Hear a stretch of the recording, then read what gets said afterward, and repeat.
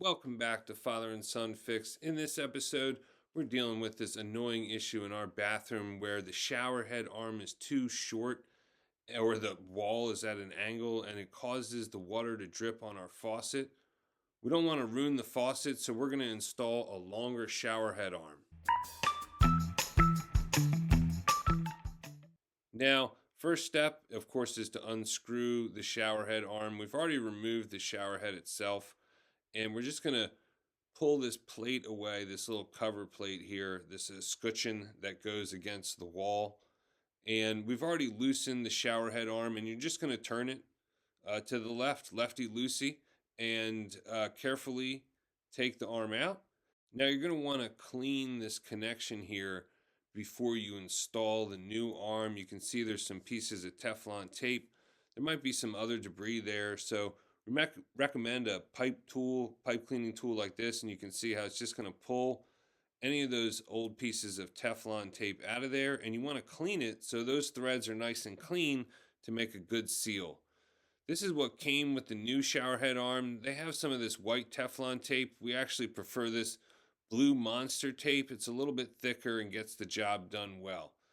So, as you can see, the arm is much longer, and that's also going to make for a better shower. We're comparing the plates here, deciding, and we decided to go with the one that came with the kit.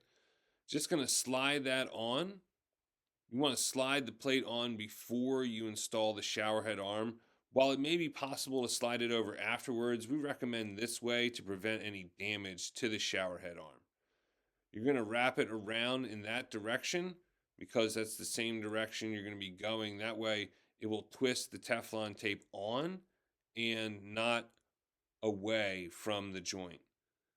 Probably should have left a little bit more thread at the top there, but we'll be all right. And then smooth it over with your fingers just to make sure that Teflon tape has a good connection to the threads on the shower head arm.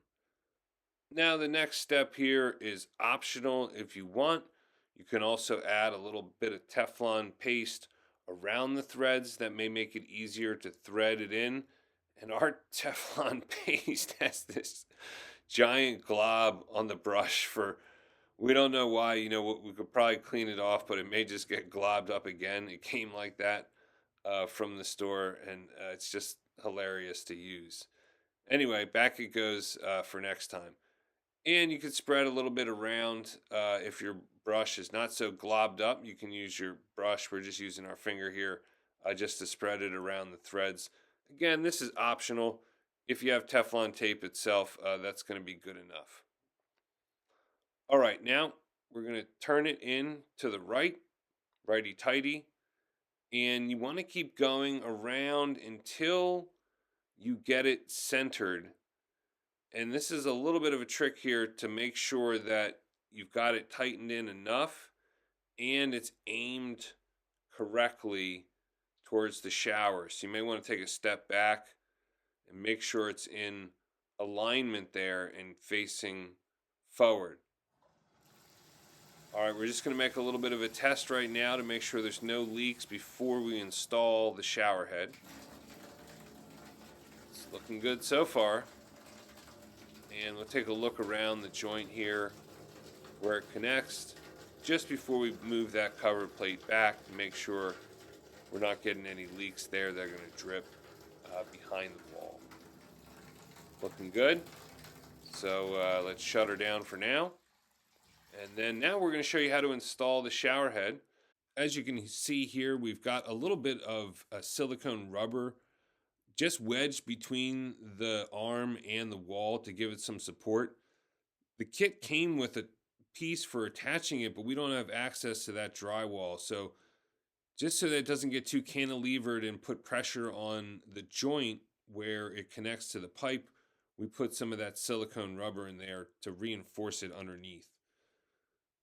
Okay, looking pretty good with the new plate. Now, time to install the shower head. Now, you want to be careful here that you don't put, if you want a clean look, that you don't put that Teflon tape too far back because the shower head's not going to cover it completely.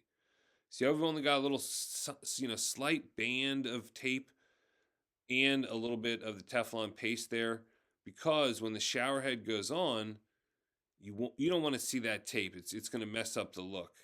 Yeah, we had a little bit of trouble getting it to thread on here, maybe because of the Teflon tape.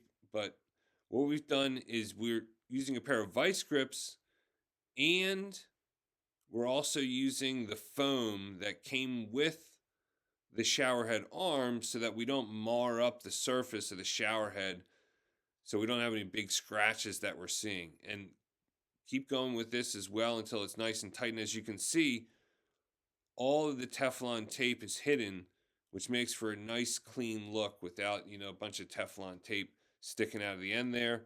And you still got a good seal with the Teflon tape and the threads in the middle. And of course, we know it's not going to drip anymore.